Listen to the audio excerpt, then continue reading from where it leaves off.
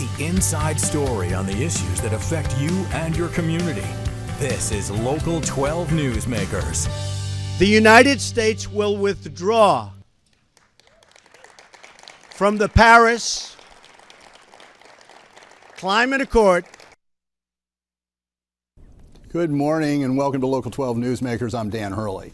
At the beginning of June, President Trump announced that he will take the United States out of the Paris Environmental Accords.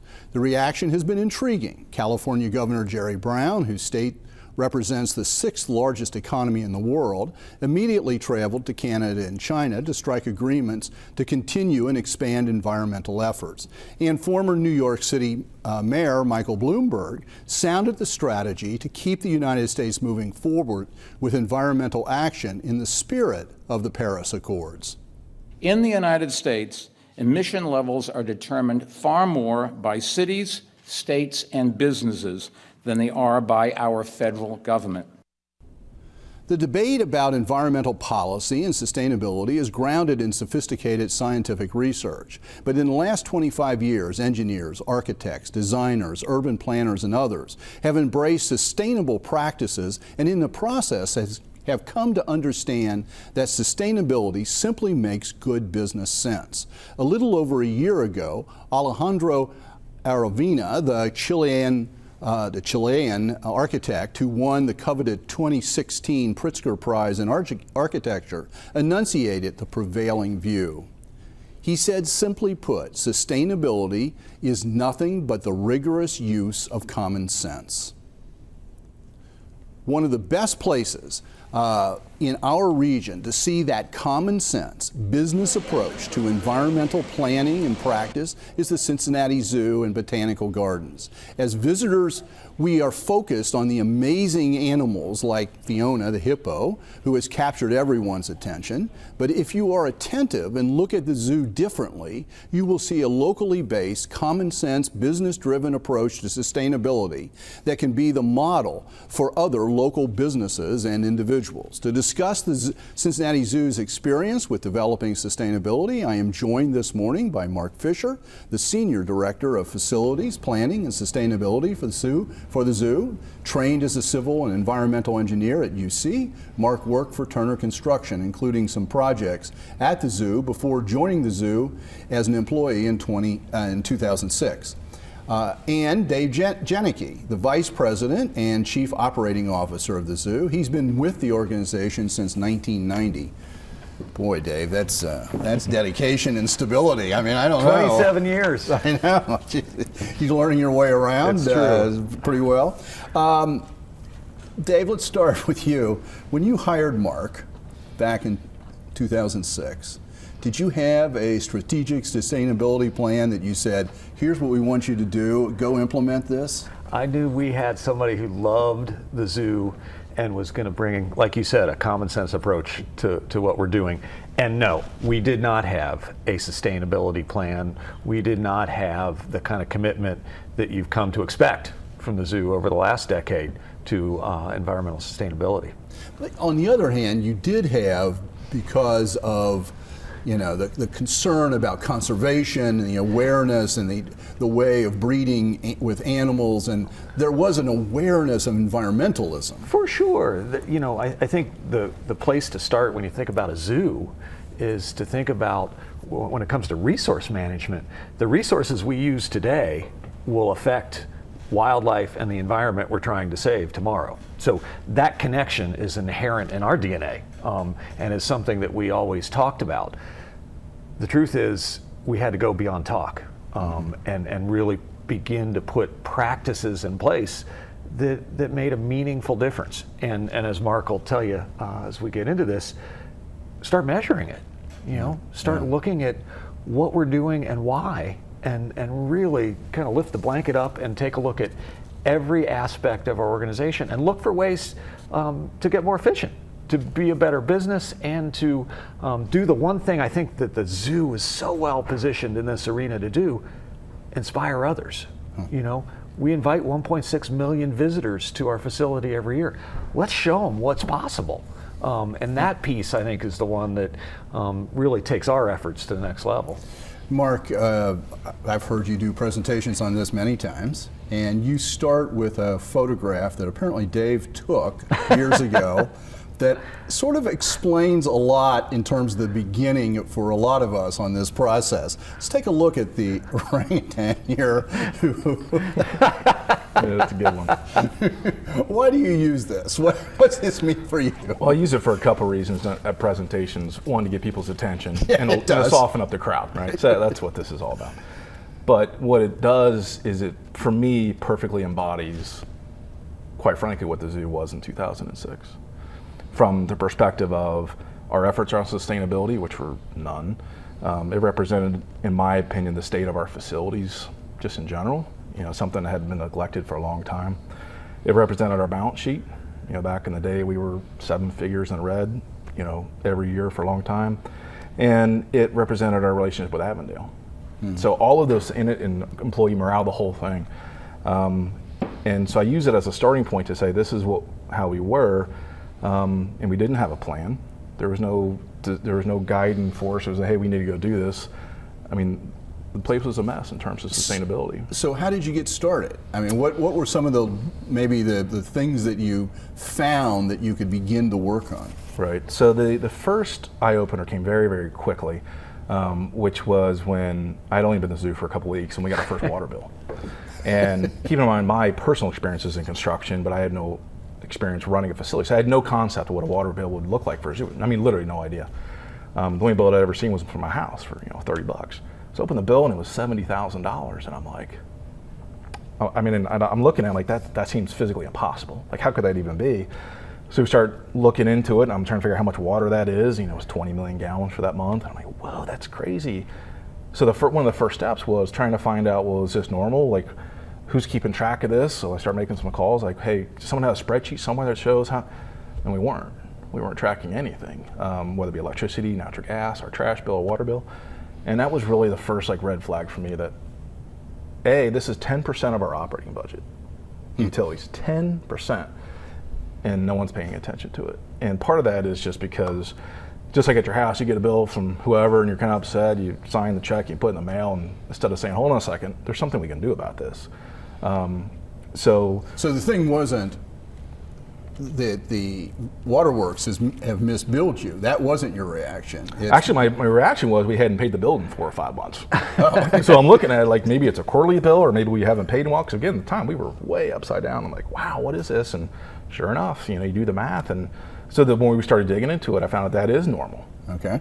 50, 60, 70,000 a month. And so our first effort, we didn't have a green team, there was no nothing, was let's get some baseline going. So this is where the engineer in me comes out. Data, get a baseline, can't manage what you can't measure, kind of thing.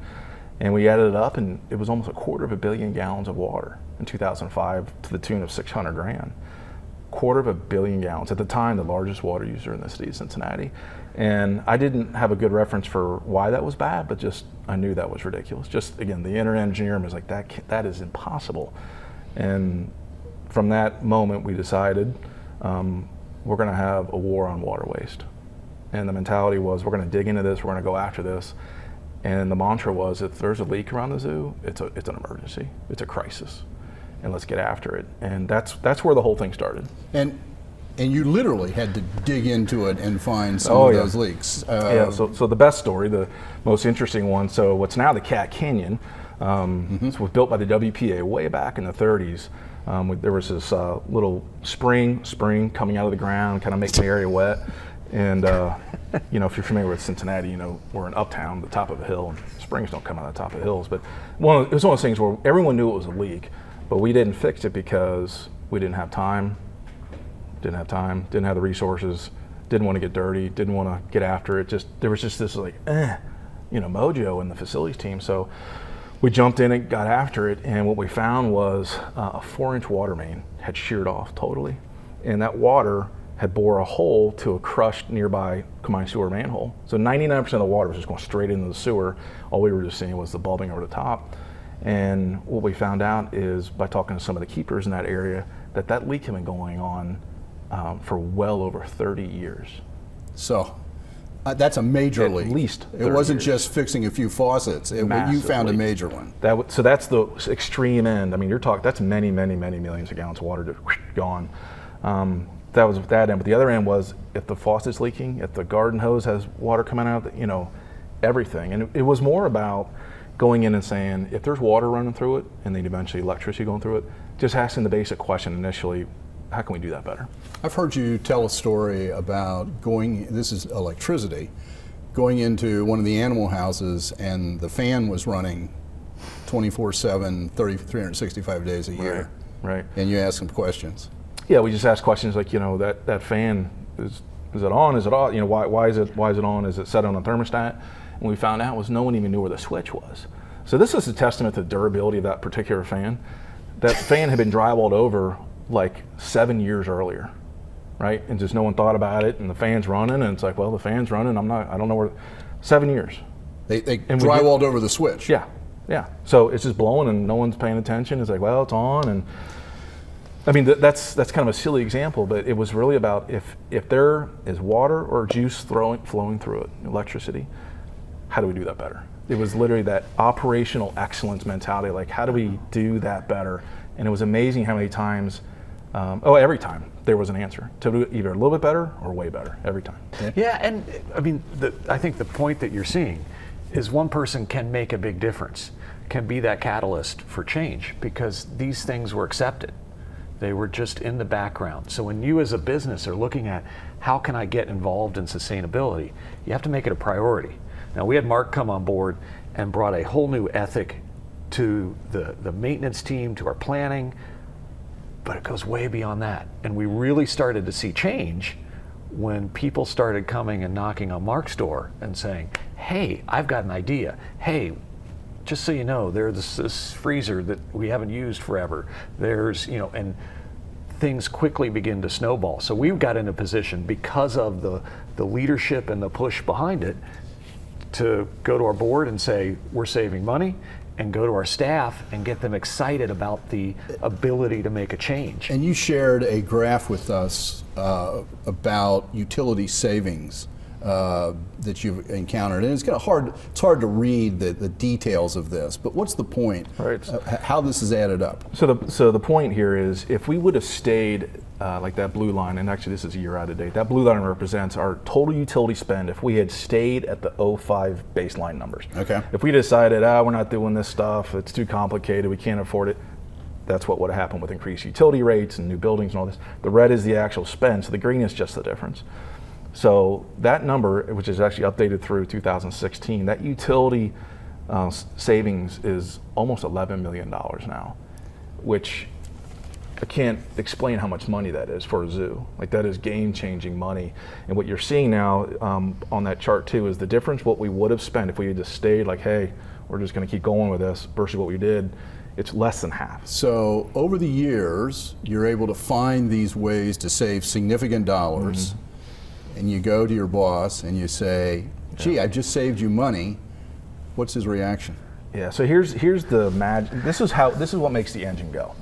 And I didn't realize it at the time, but when I went to Dave and Thane and said, hey, we're kicking butt, through the summer, we're saving all this water, and we're under like $30,000 on our water bill. Keep in mind the zoo was bleeding red at the time. So it was a little bit of drinking out of the fire hose. Thane had just been promoted, Dave had just been promoted. And I said, I know we're losing it over here, but here's something we're doing. Here's our plan. We already have 3 months of success. I want to spend that $30,000 within my budget, but I want to spend it. And they said, go ahead.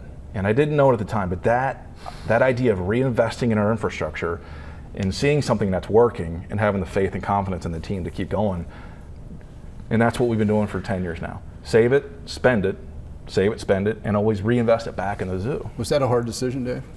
It was a decision I didn't expect to confront because, as Mark said, you're sitting there looking at the red ink, and here comes somebody with a solution, one that fits our mission, one that looks at how can we continue to make things better, because that money that gets reinvested in the zoo, that makes our experience better for our visitors, that makes the welfare and quality of our exhibits better for our animals, that makes incredible business sense. So was it a tough decision? No. That was that was one that goes to the core of building trust in a process and in a person that's going to move this forward. But it's also a decision that very few organizations make. One of the things that people see when they come to the zoo almost immediately is the solar array over the parking lots. And when we come back, we're going to take a break, but when we come back, I want to start there and take a look about how some of this then moved into not just fixing things, but doing things differently. So stay tuned. We'll be right back. Dave and Mark are going to stay, give you a new view for your next visit to the zoo.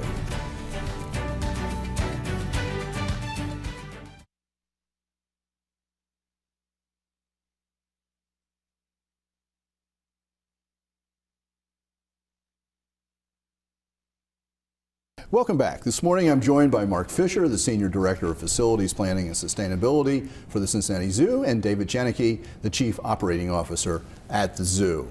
One of the most interesting things that visitors, whether they realize it or not, encounter almost immediately when they come to the zoo is when they go into the parking facility across from the main entrance. They're parking under these what look like awnings, but they're not. They're huge solar panels, and we can see them here.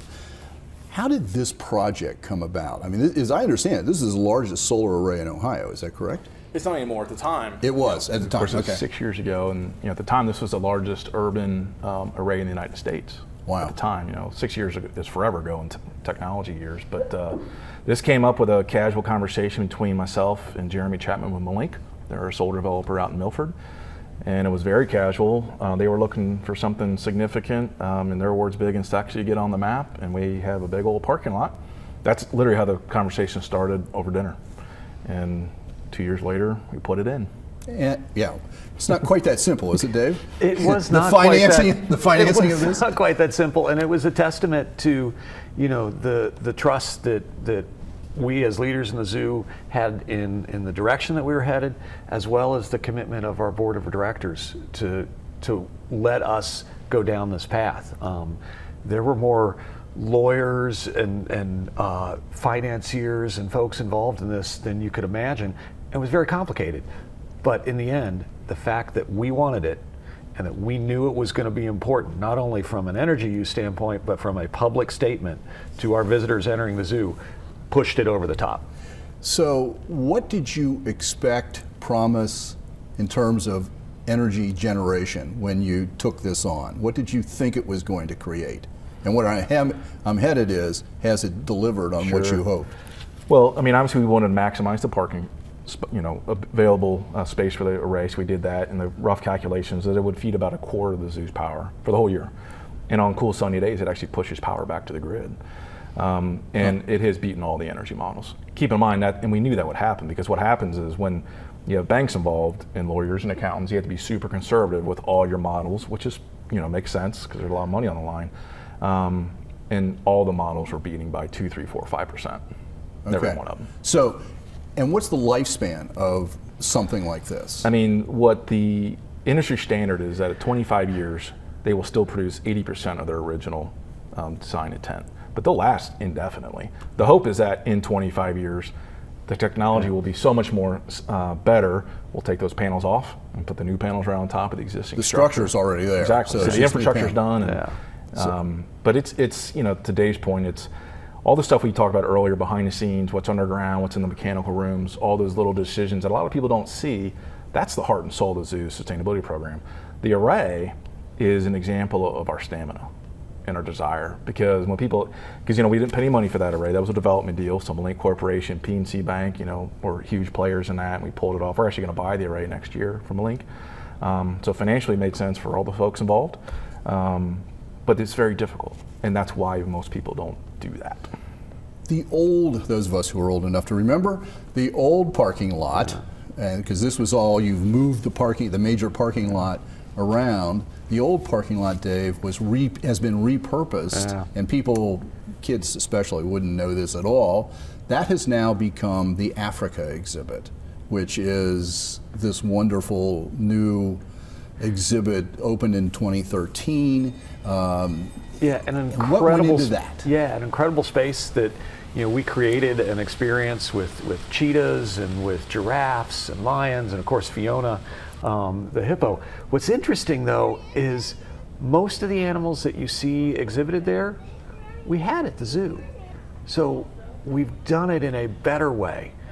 We've done it in a different way. We've brought this idea of some of the visitor engagement that you see, bringing the animals out so they're close enough to care. So we created this amazing experience, but what you don't see is some of the stuff that's behind the scenes, the ethic of sustainability that went into the design and planning, which in truth started with the Schott Education Center. That was our first foray into a LEED, sustainably designed structure. And when we finished that, I can remember the conversation with Mark. He came to me and said, we need to build everything to LEED standards. And it was very new at that point. And I stepped back and said, all right, well, what does that mean? Because the normal reaction to that is, how much more is it going to cost me? Yeah, and I started to ask those questions. How much more? What does that mean? Are we going to be able to do that? And again, a testament to both leadership and to a commitment to knowing that this is going to make a difference. Because we're in this not only to do the right thing and the common sense thing, what we're doing saving resources saves wildlife. So that connection is important to us. We started with the education center, and when that was completed, we made the commitment that every project from there on out would be built to LEED standards or more. Mark, you shared a photograph of the construction of the Africa exhibit, which is not what you see today. Yeah. It's what's underneath it, and we'll bring that up in a second. And there it is. So what's the sauce, what's the secret sauce that people don't, they see the animals that you love. What else is going on here? Well, the very important story that's under Africa is about how we manage our stormwater. In Cincinnati, a lot of folks don't know, we have a huge combined sewer overflow problem. It's devastating. We're putting 15 billion gallons of sewage on a river every year, which is where we get our drinking water from, along with every Louisville, Pittsburgh, they all have the same problem. So it's a huge environmental problem. It's also a socioeconomic problem, because not only do we put sewage on our rivers, all these systems back up and come up in people's basements, and where that happens the most is directly correlated to how much money people have. In other words, if you live within poverty levels, the chance of that happening to you are 1,000 times more if you don't. This is the way the world's working currently. And we are, in Avondale, we contribute to that problem with our stormwater hits our site. So we went to MSD and said, let's partner. And this Africa exhibit, which collects 1/3 of the zoo's rainwater, 20 acres comes into the site. How do we capture every gallon and reuse it? So A, we're keeping it out of the storm system so MSD doesn't have to deal with it and doesn't end up in the river and our neighbors' basements. But that's 15 million gallons of water that's going in that we filter and clean and put in our polar bear pool, the sea lion, and everything. Fiona's so water. So this is not only water that is in the Africa exhibit and just sort of being recirculated, but this is water that's coming in from other places. It is. It affects the drainage basin. It is, and then we're sending it out of the drainage basin, like you said, the polar bear. So it's a huge infrastructure project, something we're very proud of, something like that had never been done anywhere in the United States. It was illegal at the time. What do you mean it was illegal? You cannot reuse gray water in the city of Cincinnati. Oh, I see. So we use this, then again, this was a great partnership with MSD to say, hey, let's kind of break the rules on this one a little bit. Let's allow us to have a variance. And this took 3 years of discussion and kind of hand-wringing and back and forth, because there was no example. There was no white paper. There was no one to call. The federal EPA was involved. The U.S. Geological Survey was involved. This was a big deal.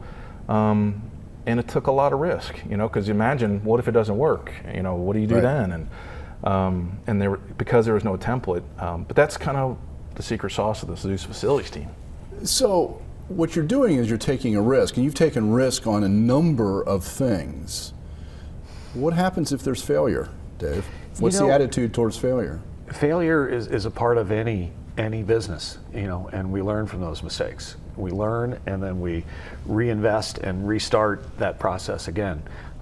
If you don't accept failure, you're not going to succeed, for sure. So trying to create that culture at the zoo where innovation, progressive thought, challenging the status quo is not only part of the culture but expected is in truth part of the secret sauce that makes this whole thing work.